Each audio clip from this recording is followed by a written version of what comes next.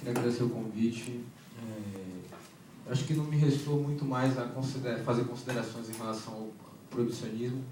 Eu queria falar um pouco da fala de cada um, porque eu ouvi aqui os conceitos de controle, descontrole, proibicionismo, e isso são categorias que a gente precisa pensar um pouco para saber como é que funciona esse sistema que a gente está querendo desconstruir. Antes de perguntar se nós deveríamos legalizar ou não, a gente tem que perguntar por que as drogas deveriam ser proibidas. Será que essa pergunta deveria ter sido feita e respondida com sim, elas devem ser proibidas? Porque o que é isso, proibicionismo? Para mim, isso é um aspecto compulsivo da utilização da proibição enquanto uma ferramenta de regulamentação. Porque toda regulamentação, ela prevê alguma proibição. Então, para regulamentar como alguém vai usar um automóvel, você proíbe que ele dirija por cima das calçadas, proíbe que ele dirija sem um cinto de segurança. Então, para regulamentar qualquer conduta, principalmente condutas que envolvam risco a si mesmo e risco aos outros, você tem que criar proibição. O proibicionismo às drogas é uma doença política, social da sociedade que a gente vive hoje, porque é a ideia falsa, doentia, compulsiva, de que você pode acabar com todos os problemas relacionados às drogas, proibindo as drogas de existirem e os usuários de drogas de existirem. E isso a gente sabe que não é impossível de ser realizado, porque a gente já se tenta há quase 100 anos e não tem resultados positivos, pelo contrário, só se criaram consequências negativas desse processo. Então, o que se conseguiu com a proibição das drogas? Aumentar a violência urbana e rural, aumentar todas as consequências, não vale nem a pena citar aqui. Agora, será que a proibição das drogas resolveu alguma coisa? As pessoas pararam de usar drogas? Não pararam. Pararam de querer consumir drogas? Não pararam. E diminuiu o número de pessoas com dependência ou com compulsão relacionada ao uso de drogas? Não diminuiu. Então, nós temos que analisar se a humanidade sempre usou drogas em toda a sua história, por que nesse momento está sendo utilizado de uma forma compulsiva também? Será que isso é um problema das drogas ou é um problema da nossa sociedade atual, que faz tudo de uma forma compulsiva e cria um contexto no qual a identidade dos sujeitos é a compulsão por consumir? E as drogas só entrariam nesse processo como mais um objeto de consumo doentio da nossa sociedade. Então, antes de questionar se deveria legalizar ou não, eu acho que a gente deveria partir dessa pergunta. Existia mesmo um motivo para proibir? Aí aqui algumas pessoas falaram que a intenção, o objetivo seria proteger a saúde, proteger o acesso à cidadania, à segurança pública, mas nada disso está acontecendo.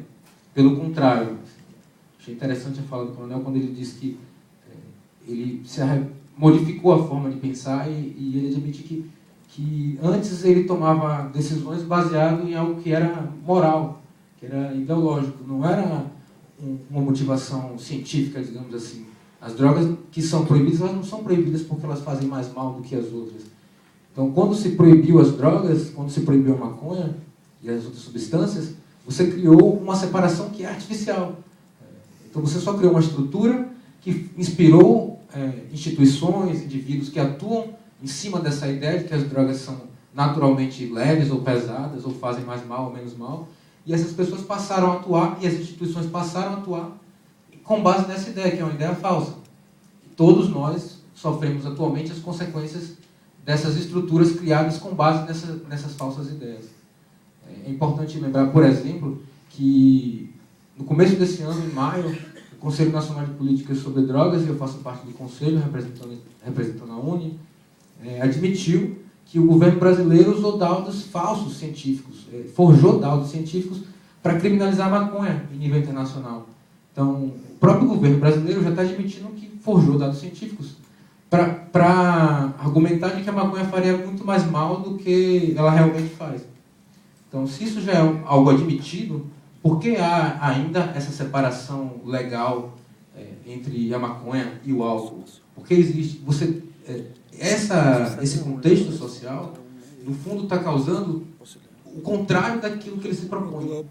Você está criando um contexto no qual a juventude, e aí a gente tem que admitir, a gente sabe que as gerações mudam seus hábitos e é um aspecto cultural dessa geração atual consumir maconha. Isso é conhecido de todas as pessoas que estão trabalhando com a questão. Então, se a gente admite que existe essa modificação cultural e não adequa a legislação a essa modificação cultural, a forma como a realidade social é atualmente, a gente só vai estar dificultando o processo de transição. Porque a legalização, ou seja, o retorno à forma como as coisas eram reguladas antes da proibição, em todo o processo civilizatório da humanidade, é inevitável. Agora, se esse processo vai ser menos ou mais doloroso, vai depender dos atores políticos envolvidos, da sociedade, das instituições envolvidas e de pessoas como nós que estamos aqui debatendo esse tema e colocando seus posicionamentos. Ô Sérgio, eu queria aproveitar para te perguntar há quantas anos esse trabalho do Conselho, né, nessa tentativa de fazer essas alterações na legislação, e quais são as perspectivas para que essa discussão realmente chegue ao Congresso no ano que vem?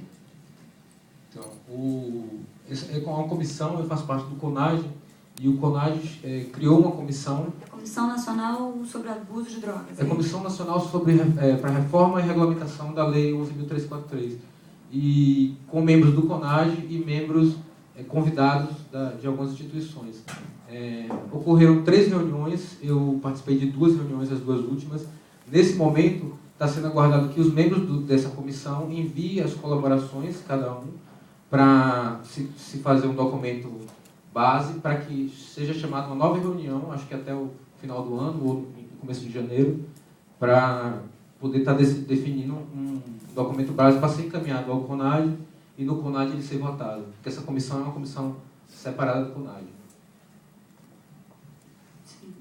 Posso fazer uma colocação aqui, em cima da colocação que o coronel fez, com relação ao questionamento dos Estados Unidos e da esquizofrenia com relação à política, que eu concordo plenamente, de como podemos resolver o problema descriminalizando o uso e criminalizando a venda, né?